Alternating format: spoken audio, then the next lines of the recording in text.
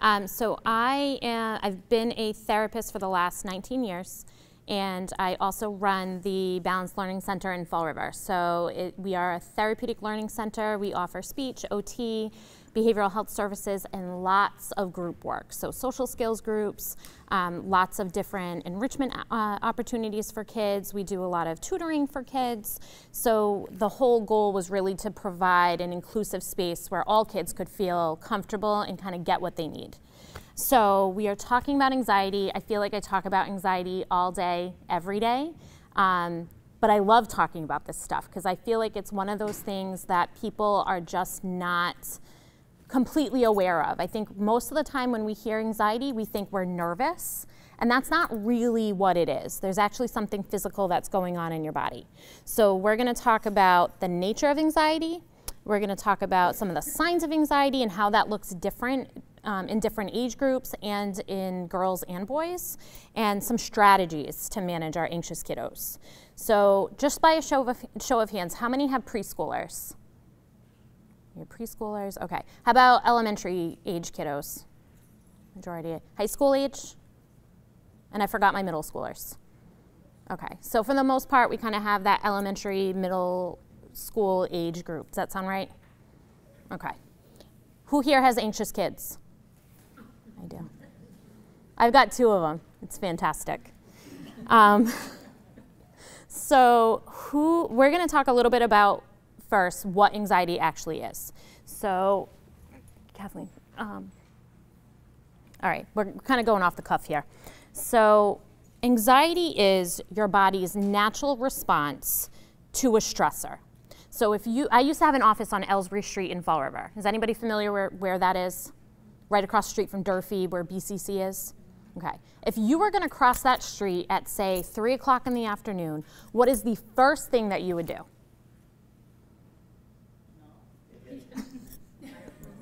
Are you going to look both ways? Yeah. Why are you going to look both ways? It's a busy street, right? What could happen? You might get hit by a car, right? Whether or not you realize it, that is your body's anxiety response telling you what to do. And it's a very normal, healthy response, right? We want to look both ways. We want to make sure there are no cars coming, and then we can cross safely so we don't get hit by a speeding car. The Durfee kids don't always do that. The teenagers just tend to kind of go. So have you ever been camping before? Camping in a tent? No. Okay, so if you were camping in a tent and you guys are fast asleep and you wake up, you hear a sound outside of it, and there is a bear. You see a shadow of a bear. What is your first response to that? You're going to scream. Who's going to run away? I'm probably going to run. Who's going to try to fight the bear?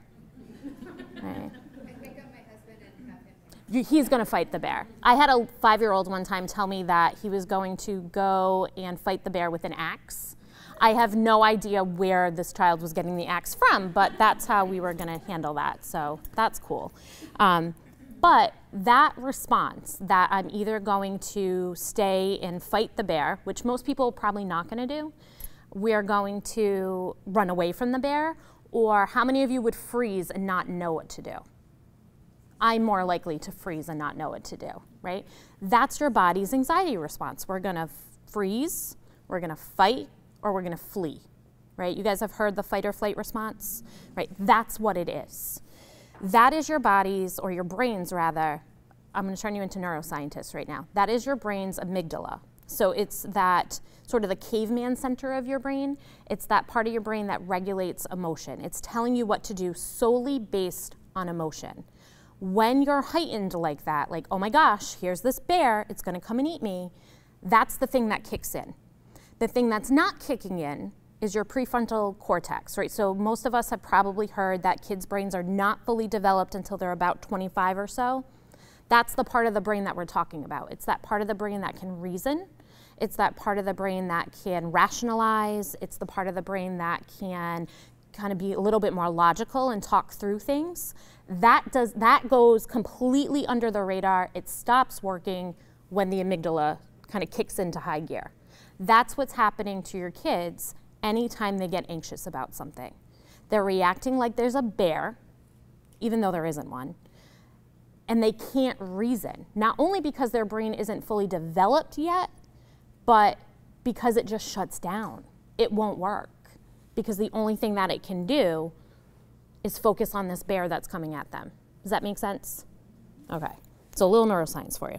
And every day our kids are going out into the world and they're faced with this onslaught of sensory input, right? How many times you walk into a store and you walk into, say, Macy's, and the perfume counter is just really overwhelming, right? The smells are just really intense. Or you walk into somewhere and it's really loud, or the lights are really bright. That's what our kids are dealing with every single day. And they're trying to process that. So there's crowded spaces, there's a lot of clutter, there's lots of movement. So think about what a kindergarten classroom looks like, right? It's a lot. It's fun, but it's a lot. And that's what our kids are processing all day, every day. When they're watching TV, you're watching something and the scene changes super quickly, right? They're watching YouTube videos, these quick little bursts of funny videos. They're watching the funny dog videos or whatever. But it's that constant stimulation, and their brains never get a chance to slow down.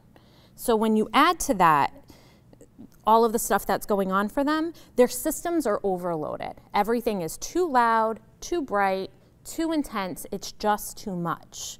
And what happens is we have a kid who's on overload.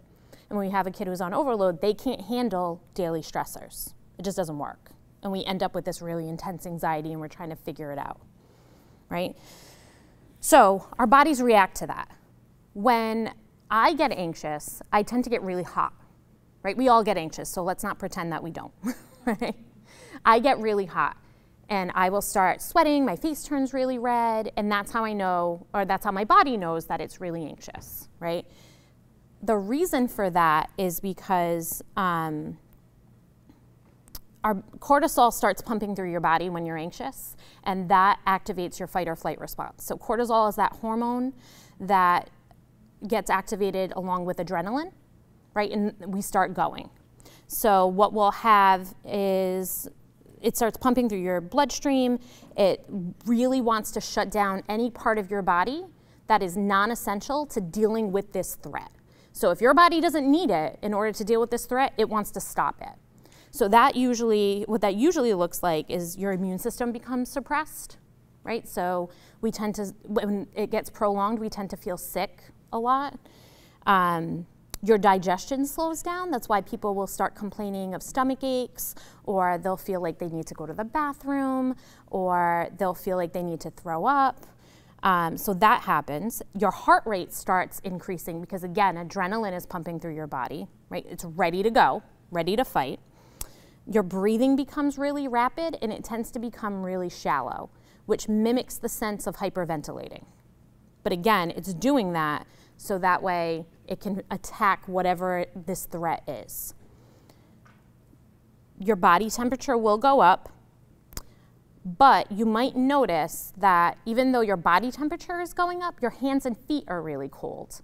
And the reason why that happens is because all of your blood flow is going from your skin, your largest muscle, to your internal muscles, because it's getting ready to attack that threat. So that's why people kind of look pale when they get anxious.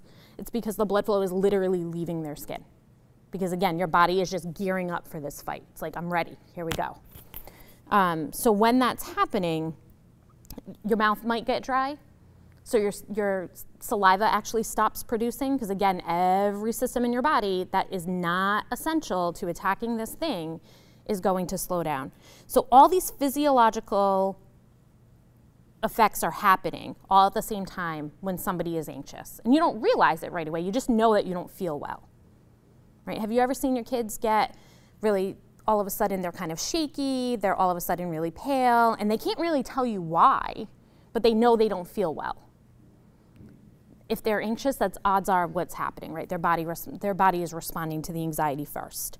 So your body is then preoccupied with safety and safety only. That caveman part of your brain has taken over, and there's no turning back, right? Have you seen that happen with your kids? I know I've seen that happen with my kids, right? I most certainly have.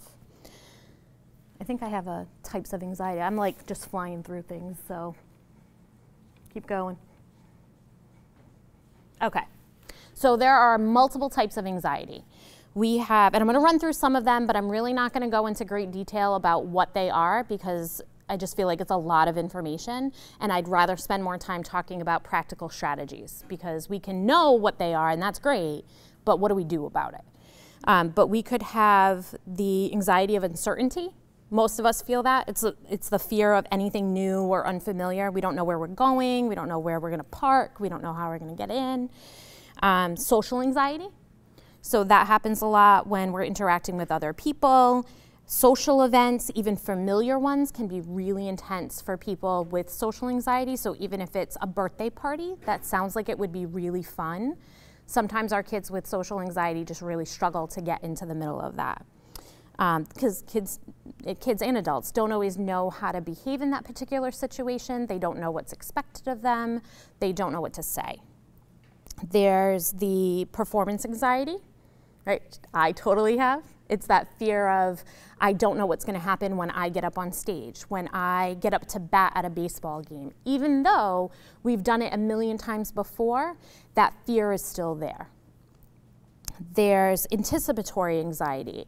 So that we see a lot, usually with an upcoming event or an activity, even if it's good or bad, our kids kind of get stuck on it. They can't stop talking about it.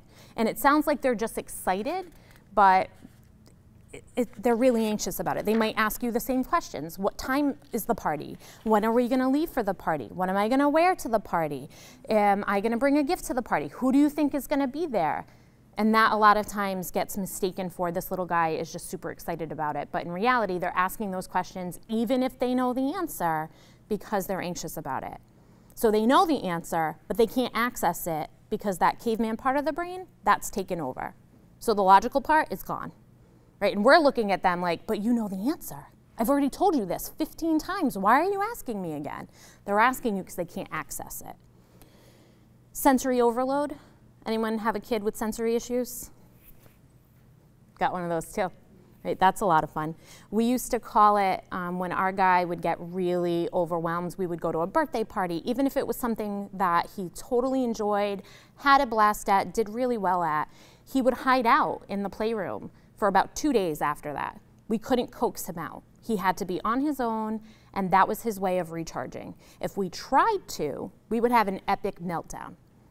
Notice I said meltdown. We'll talk about that a little while later. So the sensory overload anxiety is that response to strong sensory stimuli. So it's very personal. Everybody's threshold is completely different. So what's going to send you into overload is going to look very different than what's going to send me into overload. Our kids have a hard time then processing information when they're overloaded. They have a hard time meeting demands, and speaking of demands, that sensory overload can even come from giving our kids too many demands and too many prompts all at the same time. So you tell your kid, you know, I need you to go clean your room, and when you're done cleaning your room, I need you to go take a shower. Kid doesn't move. I told you I need you to go clean your room and then hop in the shower, right? That's what we're gonna do. I give you 2 directions. I don't understand what the problem is. Kid doesn't move. I need you to go clean your room. Why aren't you listening? They're listening, they just can't process that information. It was too much, it was unexpected, and they can't make sense of it, right? It's a no-win situation for them. And now they're anxious because now they're getting in trouble because they didn't follow the direction that you just gave them. We have separation anxiety. We see that a lot in the little ones, but you will also see separation anxiety in our middle schoolers, sometimes even our high schoolers. It just doesn't look the same as the 3-year-old that's clutching mom or dad when they get dropped off at preschool. It looks a little bit different, but it's still there. So I don't want you to think that separation anxiety is only about the little guys, because it's totally not. It's typically the kiddo that has to be with a caregiver at all times. It's not just when you drop them off, it could be in the house, right? Checking in to see where mom or dad is. You know, are you still there? Oh, you went downstairs. I didn't know you were gonna go downstairs. Or letting somebody know repeatedly where they're going, right? So I'm gonna go to the bathroom right now. Okay. Okay, I'm gonna go to the bathroom. Yeah, I heard you. You're gonna go to the bathroom. Gotcha, right? But that's what separation anxiety can look like even in the house. You get these kiddos out of the house, and it's just a spiral, right? We can't leave, or having a hard time with that transition. Our older kids will look a lot like they need to check in with mom or dad or whoever the primary caretaker is all the time. Oh, I just called because I forgot something. Like they're constantly leaving things at home, going off to school, expecting you to bring it back for them. That's sometimes what it looks like with our older kids. They go somewhere, what time are you gonna pick me up again? And then they call you a little while later, what time did you say you're gonna, I totally forgot. Oh, why are you gonna pick me up at that time? And they sound angry. They're not really angry, they're just looking to check in with you. So it looks a little bit different in the big kids, but don't be fooled. Generalized anxiety, it's that ongoing, pervasive feeling of dread. And it's just, they're not nervous about anything in particular, it's just that kind of heightened state. I can't bring myself down, I'm nervous and I don't know why. Anyone hear that from their kids? I'm anxious about something, but I'm not really sure why. Anyone here selective mutism? Okay, so selective mutism gets categorized as a speech and language disorder as well as an anxiety disorder. And it's a type of social anxiety, and it stems from the child can speak. So it's not an articulation issue, it's not a neurological issue in terms of the child can actually form the words. But what happens is the anxiety is so intense that they lose that ability outside their comfort zone. And that comfort zone can look a little bit different for kids, but most of the time, it's that immediate family group. Sometimes a select few friends.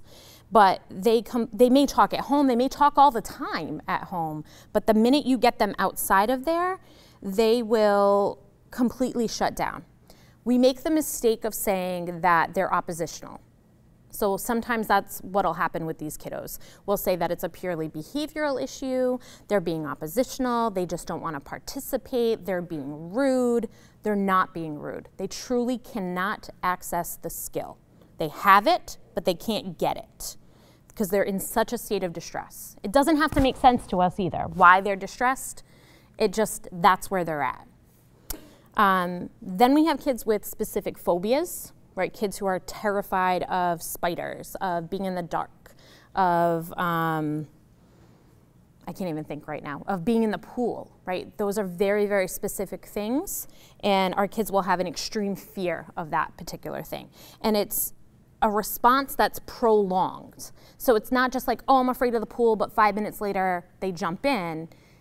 It's a very prolonged response, and we're not getting this kid to even come near there. It's not happening. We have OCD, so these are kids that have ongoing, pervasive, unwanted, that's your key, thoughts and obsessions, and then behaviors that follow it. So sometimes it's, most of us have kind of heard the person that's, you know, has OCD and it's all around germs where they feel the need to wash their hands repeatedly. In kids, it often looks like pervasive thoughts, where they're terrified that something's going to happen to mom or dad on the ride home from school, that they are constantly thinking about it and they need to constantly check in about it. That's the behavior piece. The thought piece is the compulsion, the behavior piece is the, the thought piece is the obsession, the behavior piece is the compulsion. And so that behavior doesn't always have to look like washing your hands or checking or anything like that. It could just be that repeated check-in with the adult to kind of reassure them. We've had kiddos that have pretty severe OCD that sort of panic about walking down the stairs at school because they have really intrusive thoughts about accidentally pushing a kid, even though they've never done it before. It's never happened, they've never done it, it's never even crossed their mind to want to do it. But they will perseverate on what happens if I accidentally push this kid down the stairs, and they cannot get past it. They don't want to, but it's a form of OCD. And again, people sometimes get really panicked when they hear that because they hear, oh my gosh, my kid wants to push someone down the stairs. They don't. They're just worried that it's going to happen. And then we have PTSD.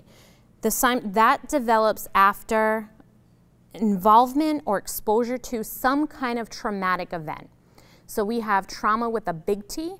Those are sort of those one-time events that are really intense, really traumatic for a child that they witness. So it could be a death, it could be a fire, it could be a car accident, it could be anything. And then we have trauma with a little t. And those are the kids that have been exposed to violence on an ongoing basis. Those, never life-threatening, but violence on an ongoing basis. Those are the kids that have been bullied at school. So it's happening repeatedly.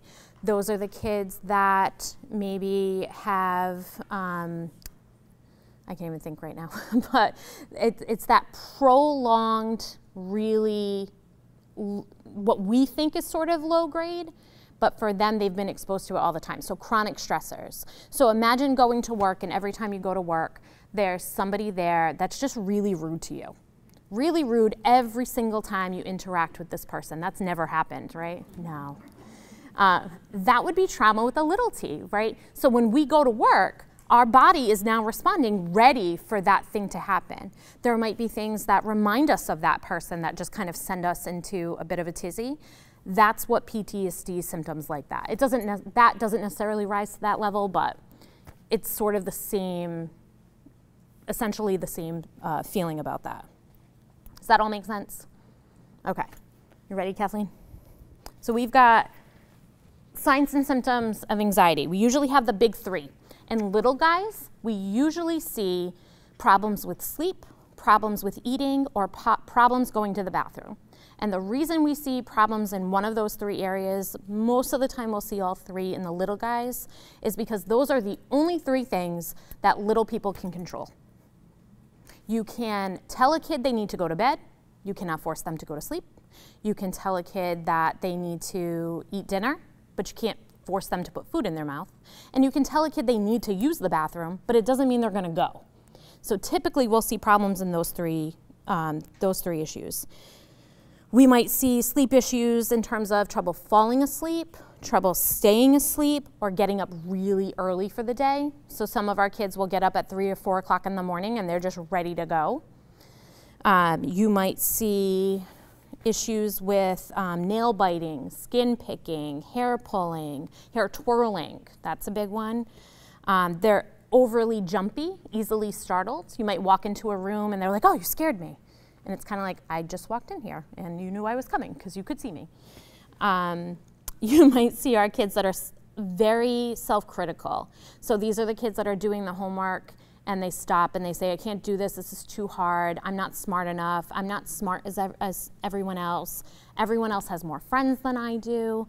And we try to reassure them, but it doesn't help, ever.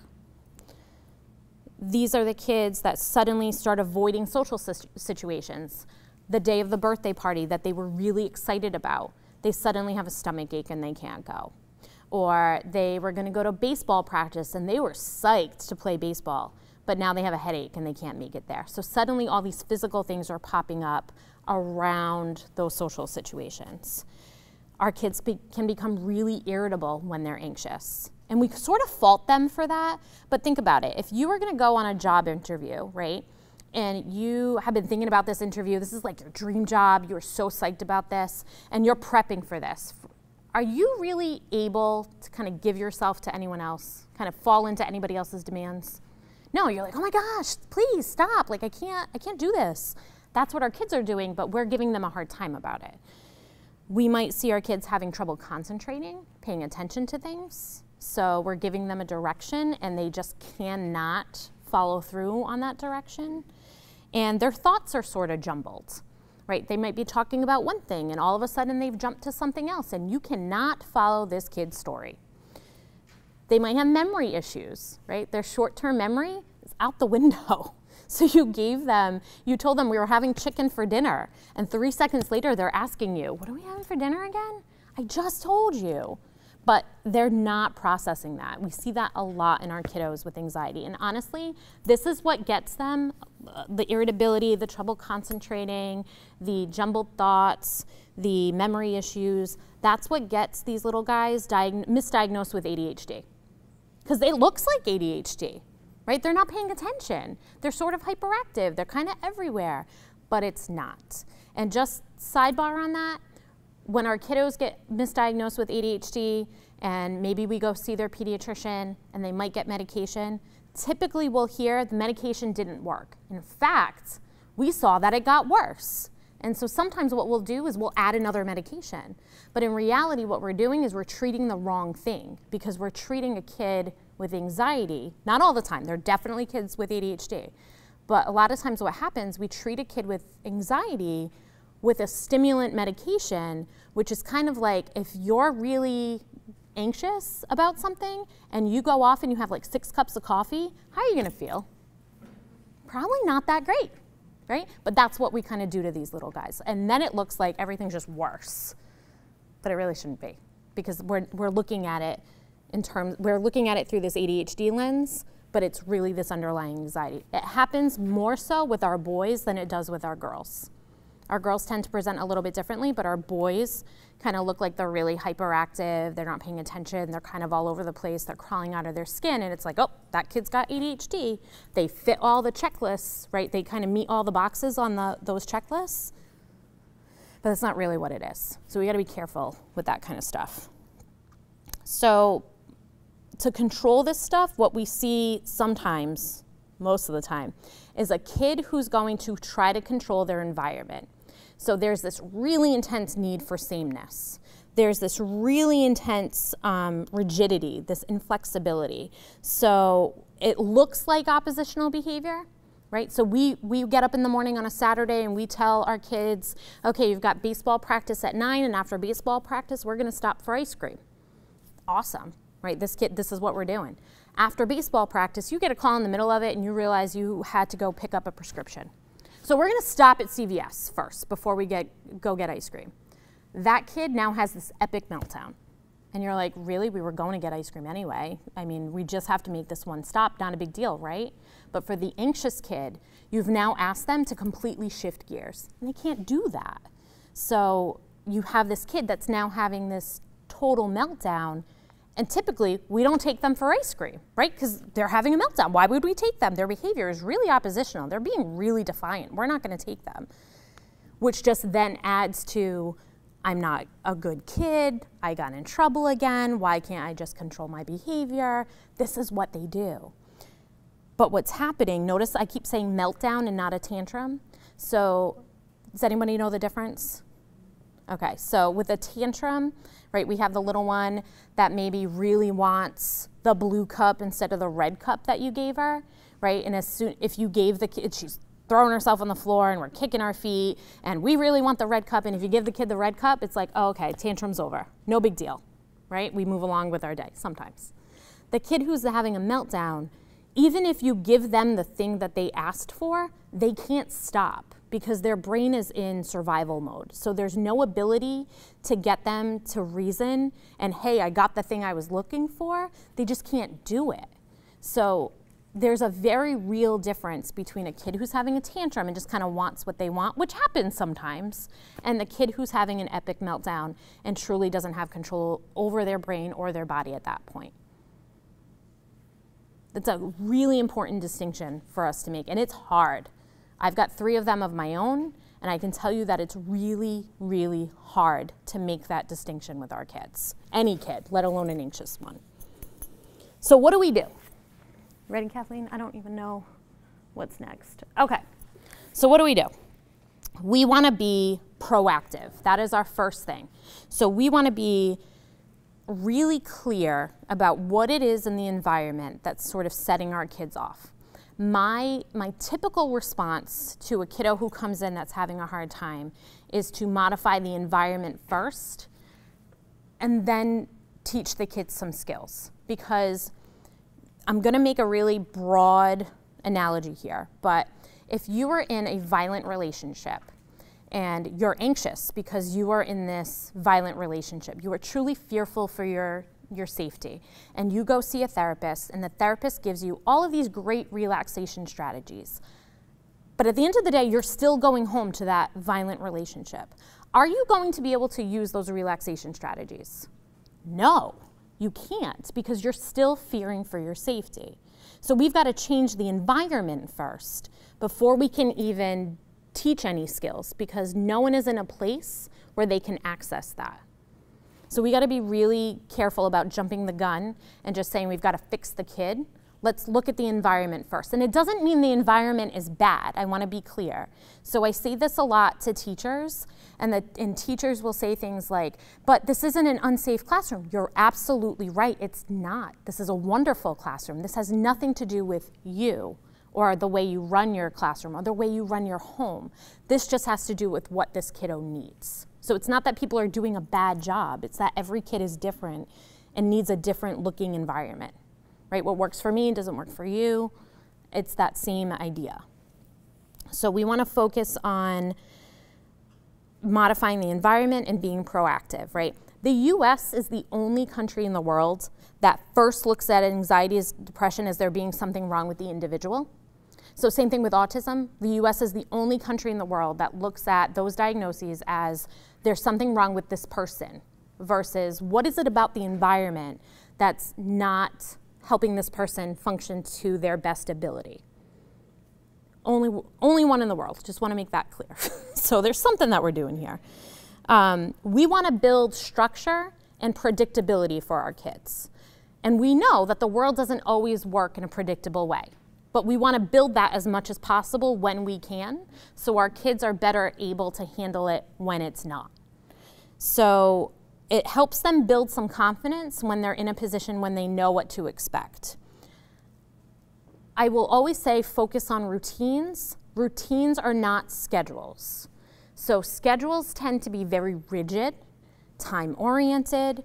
Routines are more about the flow to your day. So when you get up in the morning, you probably follow the same routine. You might get up, take a shower, brush your teeth, get dressed, have breakfast, right? That's just what you do. And it feels comfortable for you. So if you are driving to work one morning, right? Who stops for coffee on their way to work? I do, right? If the typical Dunkin' or Starbucks that you're gonna go to suddenly is either closed or there's a detour, what does that do to your morning? It throws me off, right? That means I now have to think about where I'm going instead. And I like to run on autopilot in the morning because I'm not functioning, right? So I have to think about where I'm going instead, and then I have to order it, and then I have to think about how I'm going to get to work. So it's not a big deal, but it throws off our morning, right? And it just leaves us a little bit unsettled. For a kid with anxiety, that little shift in their routine could be enough to kind of set them up for the day. Because then they're going to school and they're dealing with all this unpredictability because other kids are unpredictable. Right? How many people have heard that their kid is great one-on-one with the teacher? Well, they can do this, no problem with the teacher. So, they can do it. Yeah, you're right, they can, because as adults, we tend to be a whole lot more predictable and a whole lot more accommodating. Other kids are not, right? They're loud, they're kind of all over the place. We don't know who's gonna be absent one day. This kid was new this week. This was supposed to be for lunch, and then it wasn't for lunch, and I was really upset about that. Recess was supposed to be outside. I looked outside in the morning, it was beautiful and it was sunny, and then by the time recess came, it was raining, and then we had to have indoor recess. There are so many things that get thrown at a kid throughout the day. That is not in anyone's control. So if we can have a more predictable routine with things that we can control for them, that will help them build a little bit more confidence. And again, not sticking to a schedule, because we don't want to be in the middle of something and the kid's doing really well and then say, oh, it's 8 o'clock, so we have to go get in the shower. Yeah, but I was just finishing this one thing with you. I was working on these Legos and I was having so much fun. Now we've kind of set them up, right? We want easy, natural transitions for that. And if I'm talking too fast, please tell me. So routines, they use up less brain power. So you actually put out it's less energy for you to just follow your regular routine than it is to have your routine sort of messed with. So it allows kids to more fully engage in their routine when they don't have to think about what comes next. If they're always wondering, okay, this was thrown off, so what else is going to be thrown off? It gets in the way of them fully being able to be present in that moment. So we want them to have some sense of what's coming next. Visual schedules work wonders for our anxious kids. Do people here use a planner at all for work or for home life? I do. I live off my planner. And it's a visual reminder of what I'm supposed to be doing during the day. Some days I don't even look at it because I know exactly what I'm doing during the day. But it's helpful to have that available for me so I can kind of just check it in the morning and go about my business. It works the same for kids. So they will have this information readily available for them. For the little guys, picture schedules work really, really well. And it doesn't have to be this big elaborate thing. It can just be things kind of scrawled on a piece of paper. This is what we're doing today, bud. Here it is, right? This is what you have to do to get ready for school. Just having that visual reminder, it gives the kid a little bit of ownership of it, but it also sort of takes the pressure off of you as a parent for constantly having to remind the child what to do next. Preparation for things really works. So, you know, I'm going to tell you all that we are going to show up tomorrow at 3 o'clock at the high school. Okay, so everyone be there. What are you gonna ask me? For what, right? What am I going for? What am I supposed to wear? What am I supposed to do? What's expected of me? We don't always give our kids that same information. We tell them we're going here, but we don't tell them what they're supposed to do, what time they're supposed to be there. We don't tell them what's gonna be expected of them, what time we're gonna leave. We don't give them that same courtesy that as adults, we would never, right? Kathleen, I'm sorry, I love you, but if you told me, you know, show up at the high school tomorrow, I'd be like, why? Why am I showing up at the high school? Well, I just need you to be there, so hurry up and get ready. But why? Why do I have to get ready? That's what we do to our kids all the time. I know I do it, and then I have to take a step back and go, oh my gosh, I totally didn't tell this kid why we were doing this, right? Who hasn't done that to their kid? Yeah, that's what we do, right? So we've got to prepare them. And it doesn't have to be a big dramatic process. Hey, we're going to grandma's house tomorrow because it's grandma's birthday. So we're gonna leave the house probably about noontime. We'll be there for a little while and we'll probably come back around 5, okay? And while we're there, your cousins might show up and we're gonna have cake together, right? Is that a big dramatic conversation? No, but it gives the kid just a little bit of information so that way they can kind of prep themselves for it. We want to help kids with previewing. So that sounds a little funny, but we want to give kids enough information to know what to expect. So how long is it going to take to get to where we're going? Who is this kid going to have to interact with? How many people are going to be there? What is the place going to look like for them?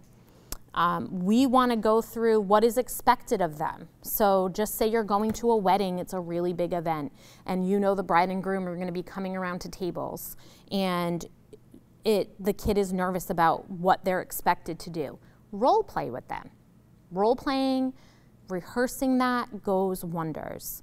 Develop scripts for them. Okay, so you know the bride is going to come, and bless you.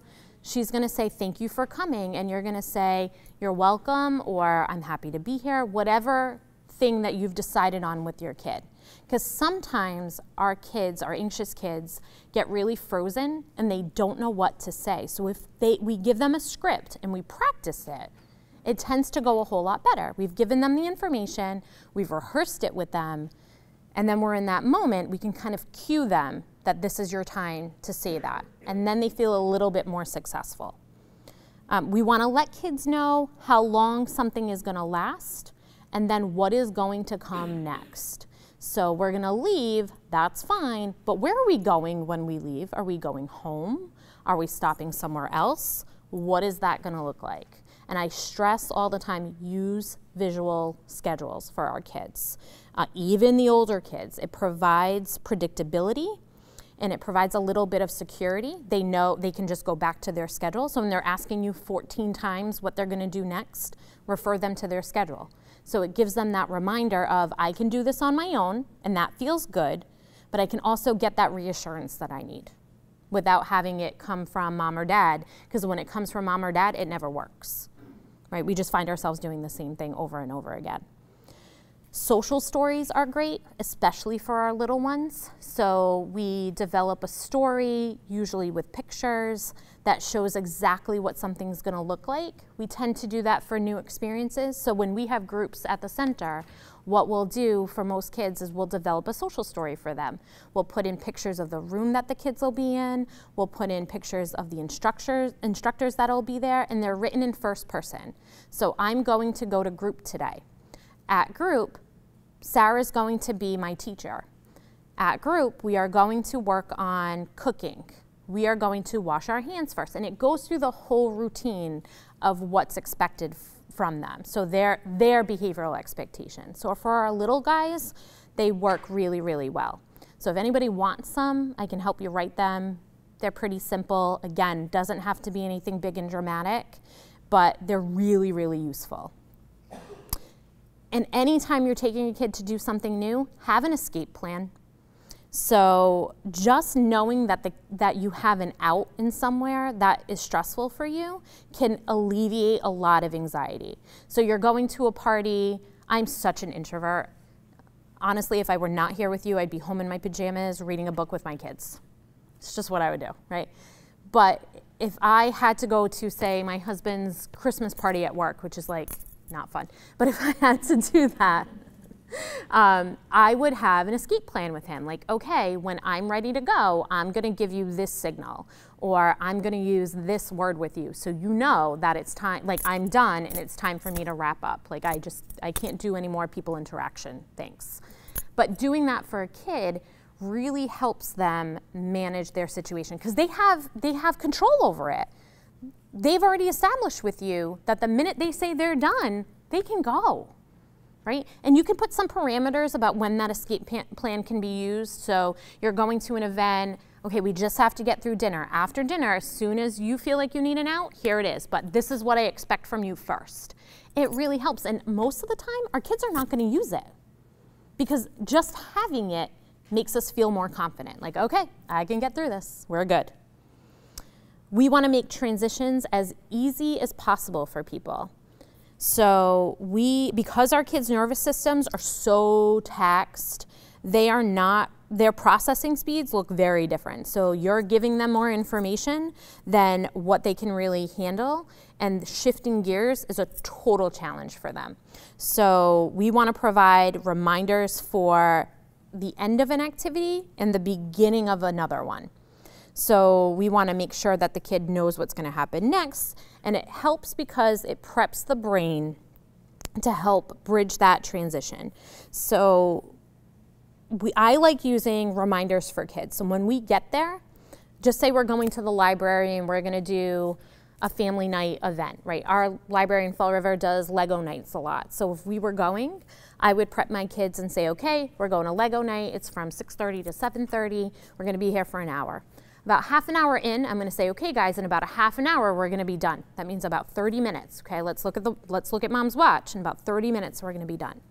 And then at 10 minutes later, I'm going to say the same thing. And then 10 minutes later, I'm going to say the same thing. And then at the 15-minute or 10-minute mark, I'm probably going to say, okay, guys, we're going to start wrapping this up because in about 10 minutes, we're going to leave. And then 5 minutes, we're going to leave. When we kind of get to that 5 or 10-minute mark, then we're going to tell our kids what to expect when we transition. Okay, so now it's time. We only have 5 minutes left. So what we're going to do is we're going to put all the red Legos back in the bin. And then we're going to take all the blue Legos and we're going to put them back in the bin. So we're going to ease them through that transition. It sounds like you're doing a lot to help these guys kind of move forward, but would you rather do that or spend 20 minutes fighting with your kid? I would rather do the systematic, let's just kind of prep this so this kid is not freaking out at the end of it because we've eased them into the transition. Okay, now we're gonna skip to the car, or we're gonna sing our favorite song on the way for the little guys. We're gonna sing our favorite song on the way to the car. When we get in our car, for the older kids, you know, what music do you wanna listen to on the way home? You know, do you wanna play on mom's phone? Do you wanna read your book? Whatever it might be. We're gonna tell them what that's going to look like once they're in the car. That usually really helps kids move on to the next activity.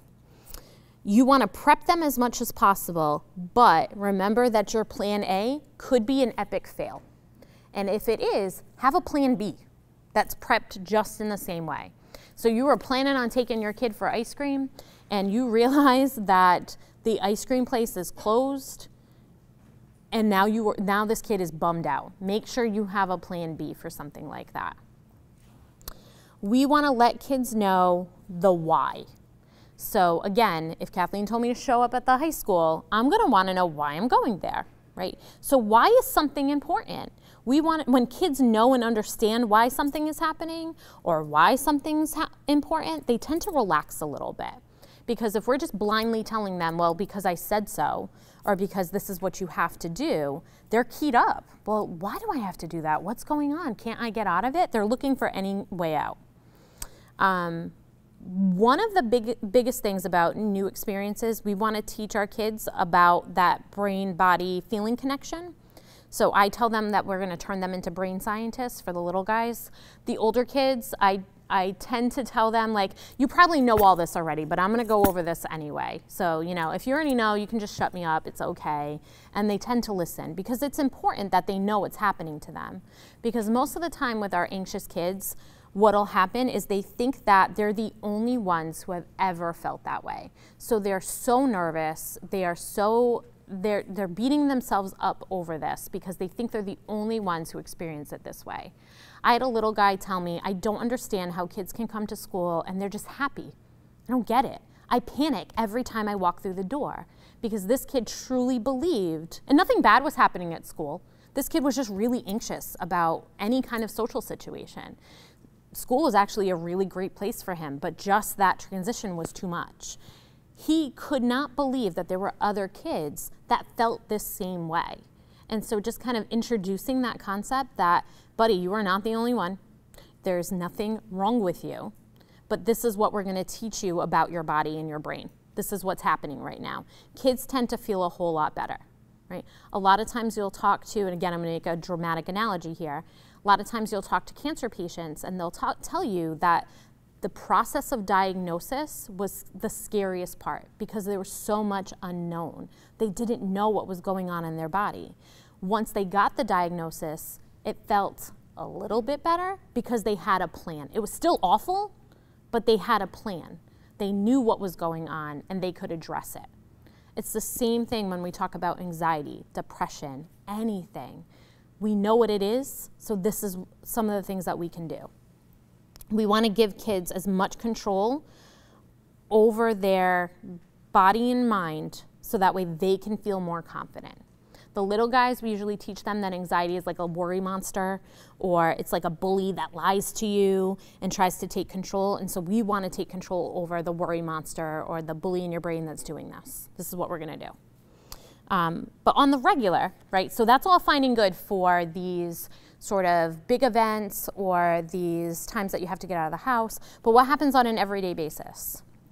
We've got to practice identifying those anxious thoughts with them, and we have to challenge those thoughts with them. Is that true?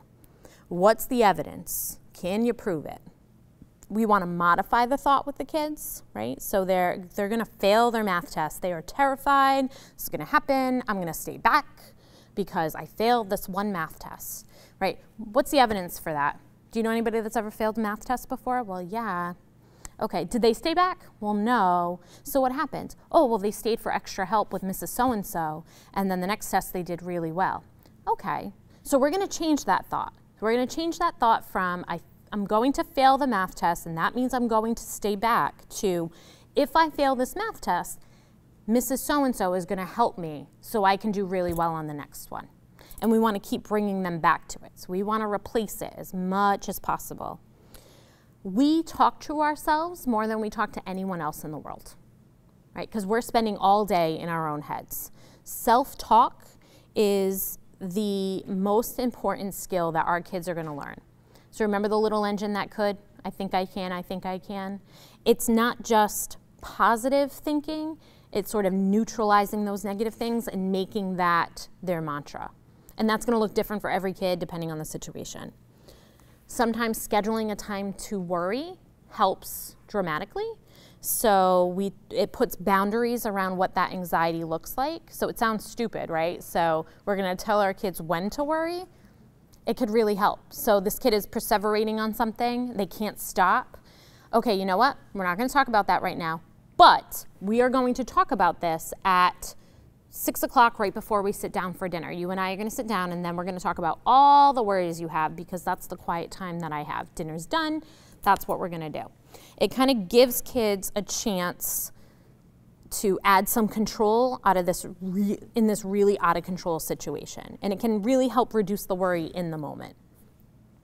We wanna ask kids, and then what? So they're nervous about something, right? Okay, and then what? And then what, right? So I'm worried that I'm gonna get this bad grade on the test. Okay, and then what? Well, then my parents are gonna be really mad. Okay, but then what? Well, then they're not gonna let me have a sleepover with my friends. Okay, but then what, right? And it kind of helps walk them through whatever the situation is. So you keep kind of going back to, all right, and then what will happen? And then what will happen? The idea is that it's gonna put your kiddo in the role of being a detective so they can sort of figure out if the worry is true. And most of the time our kids will discover that it's not, that they're really gonna be okay. But it gives them that control, right? How many times have you had a kid that gets really worried about something and you're saying, don't worry about it, there's nothing to worry about here? Does that ever work? It never works, right? Because never in the history of forever has it ever helped when somebody told us to not worry about something. Oh, okay, I won't, right? Of course we're going to. So we've got to give our kids practical strategies so that way they can manage that. We can help them plan for the worst case scenario. So this kid thinks they're gonna fail this test and they're gonna stay back. Okay, so what would happen if you did? Let's talk that through. And usually they come to the realization that, okay, this is kind of unrealistic. And even if it is realistic, it's not gonna be that bad. I'm gonna be okay. So again, we wanna role play as much as possible and we wanna put them in the position of being the detective that figures out what's gonna happen next. Mindfulness, who's heard that term before? It's like the hot topic right now. Mindfulness is a practice. It is not a one-time thing. It's truly a lifestyle. So it's really helping kids understand what's happening in the moment versus what's happening in the future or what's happened in the past. So we want kids to be able to shift gears and start thinking about how they can stay right here, right? And that's hard. That is a whole other topic, but learning some mindfulness strategies, which we most certainly can talk about, but learning some of those strategies can be really, really helpful for kids. I know in Fall River, there's a lot of social emotional learning activities that are getting done in the classrooms, and they're really focused on building mindfulness skills. So that's been helpful. So if you, right now, we're gonna leave here in probably like 20 minutes or so, right? And most of you are gonna go home, probably start getting the kids ready for bed. Who's totally looking forward to getting their kids to bed right now? That process of getting the kids to bed. None of us, right? Because it's a process, right? Why are we not looking forward to it? Because we know that it's either gonna be a battle or we're gonna be telling kids what to do, and right? So just thinking about it now is already raising your anxiety, right? So mindfulness strategies help you stay in the moment. Yes, this is gonna happen when we get home, but I'm here, right now with you, and we are going to be okay together, right? We're not even gonna think about what's gonna happen when we get home. So we definitely wanna go into that, but that's a whole other long, long conversation. Part of that though is letting those thoughts pass through. So we work really hard to ignore negative thoughts, right? We're gonna pretend like they don't exist. If you have a beach ball, right? Anxiety kind of works one in two ways. So we have a beach ball and we put it right to our face, right? It's one of those beach balls with multiple colors. What do you see? Probably one color, only the one that's right in front of you, right? That's sometimes how we deal with anxiety. And then there's the other folks that deal with anxiety by trying really hard to push the beach ball under the water, right? What happens when you do that?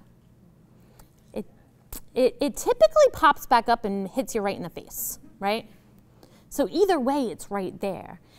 If we sit with it, it stays there, but eventually it starts to pass. If we try really hard to like, okay, I'm really gonna focus on this right now, not gonna help. If we try to shove it under the water, also not gonna help. But if we sit with it, it eventually starts to not feel so scary, right? right? We fight our worry thoughts. As adults, we do it, and that's what our kids are doing. So we really have to get kids to kind of think about an anxious thought and go, okay, it's an interesting thought. I'm not going to run with it right now. It's a lot easier for adults to sort of get to that place, but kids absolutely can be taught how to do that. I say it's easier, but it's really not easy for any of us. We all struggle with that. You ever tell your kids to take deep breaths when they're anxious, right? What do? They do the, right? That usually is them starting to hyperventilate. So our kids don't know how to breathe. Most of us adults don't know how to breathe, believe it or not. So we have the tendency to walk around and wear our shoulders like earrings. That's usually what I tell people. Like we walk around like this all the time. We're kind of holding our breath. We want to teach our kids how to relax our bodies, relax our breathing, so we're taking slow, deep breaths. And there's 1,000,001 ways that we can teach kids how to breathe, and I'm happy to send people strategies on how to do that. But it's one of those things that you have to practice all the time. With the older kids, I tell them to practice when they're in the shower, because it's the one time that they don't have their phones on them. And so they can sort of focus just on what they're doing. So as they're taking a shower, they're learning to take deep breaths. With our little guys, if you're giving them a bath, that's a good time to teach them. Right before you're settling them to bed, that's a good time to teach them. And again, I can send a bunch of strategies so that we have some things to kind of play with and learn how to do it. But again, it's something that has to happen every day. Because if you've ever tried to learn something when you're stressed out, you'll realize that you can't really learn it that well. It's something that, you ever try to learn a foreign language and people are just kind of throwing information at you and you're like, I have no idea what's happening right now. It's kind of like that, right? So we want to teach kids when they're calm so they can access it when they're stressed. We want to trick the body into thinking that it's calm. So remember that blood flow pulls away from your skin when it's in that fight or flight mode. We want to teach kids, when that's happening, we want to help kids understand that that also means that the blood and oxygen is also leaving your brain. And so you can't think clearly. That's why deep breathing helps. It helps restore oxygen flow to the brain. There's a real reason for that. So we practice belly breathing. Just quickly, sometimes I'll teach kids using a straw, a paper cup, a straw, and like a rubber latex glove or something over the top of the cup. So you have the cup, you stick the straw through, and you have the latex glove sort of over the top of the cup. You teach the kids to breathe really slowly and deeply by having them blow into the straw so it blows up the glove. So if they're doing it right, they're going to be able to do that pretty easily. So you kind of help them shift what they're doing so it works out a little bit better for them. And they can visually see how that looks in their bodies. Make sense? I can draw little visuals for you after too. With our kids, we want to, sometimes when they're anxious, we want to build fear ladders for him. So the kids that really struggle to sleep in their own beds, so we kind of slowly get them out by developing a little hierarchy for them. So maybe they're sleeping on the floor of the bedroom, and then they're sleeping on a mattress outside the bedroom door, and then they're slowly getting into their room. So we want to build those ladders for them. So that way it starts off with something that's manageable, and it ends up with the result that we're looking for. Because we're not going to go from I'm sleeping in mom's bed every single night and I can't sleep on my own to, okay, one night we're just going to sleep in our bed all by ourselves. Probably not going to happen. So we've got to build it slowly for them. We want to predict for kids so on a scale of 1 to 10, how awful something could be, but also on a scale of 1 to 10, how great something could be. So the reason you use a little cognitive strategy like that is it helps kids develop a little bit more self-awareness. And you can do this with preschoolers. Preschoolers will respond really well to that kind of stuff. I'm trying to go through some of this really quick because I want to leave time for questions. You ever have kids that are panicking? Yes, we have panicky kids. Don't say calm down. Again, in the history of forever, it's never been helpful to tell somebody to calm down. It doesn't work. You want to stay in control as much as possible when you have a little one that's panicking. Little one, adolescent, whatever. If you're yelling and screaming at this kid to calm down, all that's doing is escalating their fight or flight response. So it's going to take that much longer for them to come down, and kids are going to reflect your emotions. So I know when my kids were babies, to get them to sleep sometimes, I would match their breathing and they would slow down tremendously, like when they were infants, right? And you would find that their bodies instantly would react because they're mimicking what you're doing as you're mimicking them. So when your kids' voices are getting louder, your voice should get much softer. If I start whispering to you right now, you're gonna wonder why I'm whispering to you, but you're probably gonna naturally whisper back, right? It's just kind of this natural response that we have. We're gonna mirror what someone else is doing. So the louder your child gets, the softer your voice gets, because we want them to mimic what we're doing. Don't ask too many questions. When a kid is really escalated and you're asking them 1,000,001 questions about why they're anxious, they are going to shut you down. They are either going to stop talking or they're gonna start yelling at you because they have no idea why they're anxious in that moment. They're panicking. They have no clue. So their processing skills are really limited when they're panicking. We don't want to ask a ton of questions. We just want to sit there with them. We want to make sure they're safe and sit there with them. We want to increase safety awareness. So our kids feel like in that moment when they're panicking, like they are dying. That's how it feels. This is the end of the world. Everything is horrible. It's never going to get better. If we tell our kids, you're okay, part of what we're doing is sort of invalidating that for them, and they're not going to believe you. But if we say instead, I know you don't feel okay, but I promise you that you're safe. I know it doesn't feel that way. So you're validating that, but you're also giving them an alternative. It sounds really simple, but it really does help if we just say like, you're okay, relax. Okay. Sure, right? We want to validate it for them as much as possible because it's a very real feeling. Remind kids that panic always ends. So you're not going to feel like this forever. You feel like this right now, absolutely. I totally get it, but you're not going to feel like this forever. This is going to end, and it's going to be okay afterwards. You don't feel okay right now, but you're going to feel okay afterwards. Don't reassure kids excessively. So a lot of times our kids will come to us and they'll ask 1,000,001 questions about the same thing, and they're seeking reassurance. You love me, right? Right? You love me? I'm your favorite? Right? You do love me. The more we reassure our kids, a lot of times what's happening is they're not listening to you in the first place because they're panicking, but they also don't believe you. So not only are they not reassured, they now think of you as a liar. And that's not your fault. But that is how their brain is working. They're just not in a place. So a lot of times you want to put that back on them, right? So kids looking for reassurance. I'm going to be okay, right? I'm not going to fall when I'm up at bat, right? I don't know. What do you think? Do you think that's going to happen? And you constantly let them play the detective. They're going to get annoyed with you because that reassurance is that quick fix. Like, okay, it feels good for like 30 seconds, but then we're right back at it, right? So we want to give them as much control as possible. We want to teach kids grounding techniques. So when we are escalated and panicking, we are way up here. We want to bring them back down here. Quickest way to do that is give them what I call a take 5. So very well researched technique, sounds kind of ridiculous and simple. We want to ask them 5 things that they see, 4 things that they hear. It doesn't have to be in that order. You can do whatever senses you want. 3 things that you can touch, 2 things you can smell, 1 thing you can taste, right? It brings them back to what's happening here and now. It's not going to eliminate the anxiety, but bless you, but sometimes is enough to just bring them down so you can actually start working through some coping skills with them.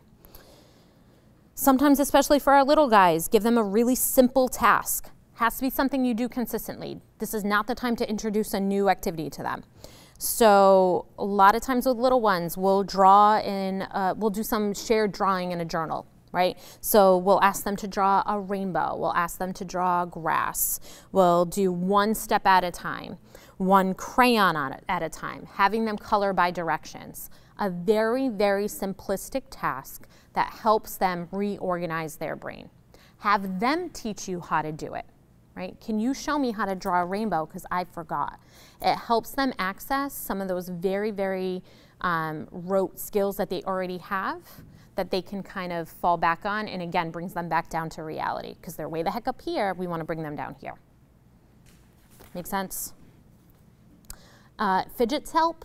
Don't just give your kid a fidget and walk away. That doesn't help.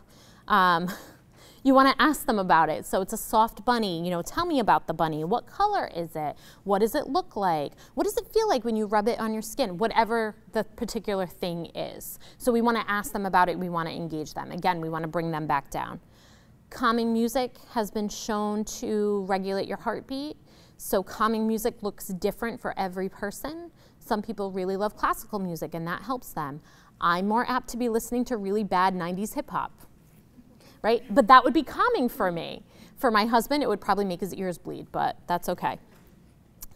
Get them to take a walk. So exercise, movement, it helps release endorphins, which then forces you to breathe properly. Again, we go back to the breathing. Having them switch locations too when they're panicking helps tremendously. So you have a kid who's having a really hard time getting them out for a walk. It's really not only about the walk, it's also about changing the location for them. Because sometimes when you do that, just that change of scenery can help ground them a little bit. We want to bring kids back down.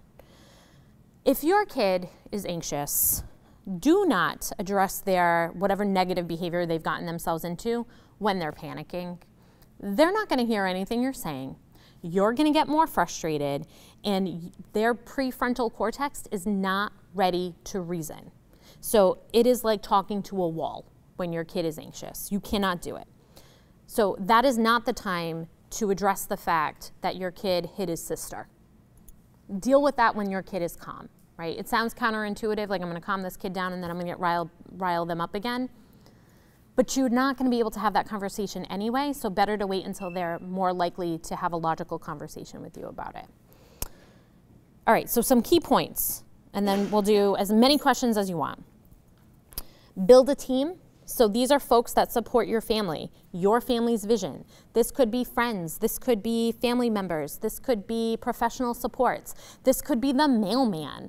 So I've got a kiddo who was nonverbal until he was 5. He's now 7.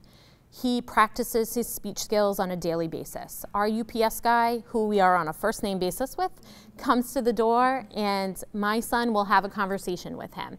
So is he a regular support person?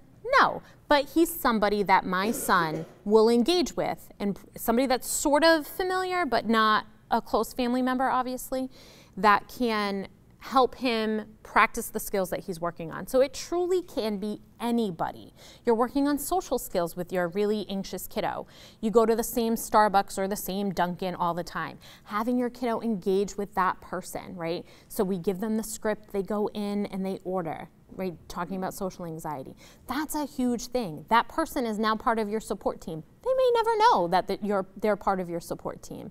But that's what we do because we live in a community, right? And so it takes all of us to kind of do this with our kids. You are your kid's biggest support. You're your kid's biggest advocate. And I think we forget that sometimes. That is a huge responsibility. So there's a huge piece that we need to focus on taking care of ourselves. Who's good at taking care of themselves? That's what I thought, right? So none of us are good at that. Self-care is not the, I'm going to go for a manicure once a week or I'm going to get a massage. It doesn't need to look like that. It could be making sure that you have fancy markers in a coloring book because that feels good for you. It could be an app on your phone that you like to use, like a mindfulness app or something that's sort of soothing and calming. It could be prioritizing friendships, right? How many of you get to see your friends whenever you want? Don't. And don't always talk about your kids when you're with them, right? Because that's really easy for us to slip into, right? We're with friends and we're like, okay, now we're going to talk about all of the kids' stuff. Like, okay, that's great. Remember you were a person before. Do a clean sweep of social media, right? So who here uses social media, right? It's probably how most of you figured out that there was this event. You ever compare yourself to what somebody else is doing? Their kids are so happy. They're smiling for that picture. I can never get my kids to smile for their picture. You're comparing your real life to someone's highlight reel.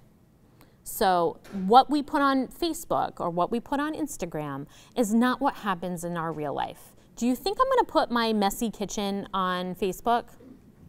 Actually, I probably would, I'm not gonna lie. I don't care, right? But most of us are not gonna do that, right? I'm not gonna show you that one of my kids' bedroom is a total and utter disaster. I'm probably not gonna show you that. I'm gonna show you the good stuff.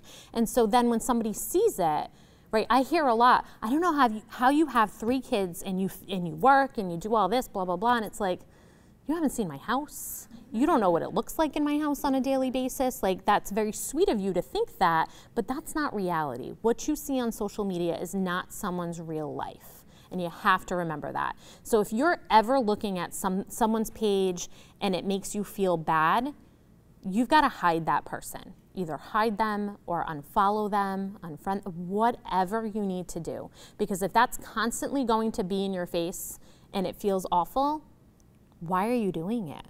It doesn't feel good for any of us. You ever see the complainers on social media or the keyboard brave people, and then you see them in real life and it's like, okay, right? Those are the people you want to kind of sweep out, right? We don't need that. We want people in our lives that kind of build us up and make us feel good, right? Not the people that are just going to kind of tell us what we want to hear, but that genuinely make us feel good about things. Journaling can be really helpful. And people sometimes think about journaling as this really intricate process. We're going to sit down and it can be 1 line a day. It could be 1 word a day. It could be pictures. It could be doodling. It doesn't matter. But just being able to get some of that stuff out can be really helpful. A craft thing that you could pick up and put down. So not something that's sort of very intricate, but like knitting, crocheting, something that you can work on in little increments, something that's just yours. Yoga in bed is kind of great. So there's tons of yoga activities or yoga poses that you can do right when you get out of bed. So you literally don't even have to leave your bed yet. And there's tons of them that you can do right when you get up in the morning. And it's this like 3 minutes that are just yours. Right? That's what self-care looks like. Read, seek out new social circles, which is totally easy when you're a parent of young kids. Really easy to find new social. It's great. I'm a huge reader. I love to read. My kids laugh at me all the time because if I have any free time, that's what I'm doing. And they're like, what are you doing? It's fun for me. It's an escape. I'm not going out and getting a massage. I'm not going and getting my nails done. That's not my thing. My thing is to sit with a good book. Right? So it doesn't have to be this big dramatic thing, but if you are not taking care of yourself, you cannot take care of your little people, right? Hugest key point out of all of this, we're going to screw this up. And we're going to screw up royally sometimes. So we are. That's what we're going to do, right? But be aware that you're going to do that and know that it's okay. You're not going to destroy your kids.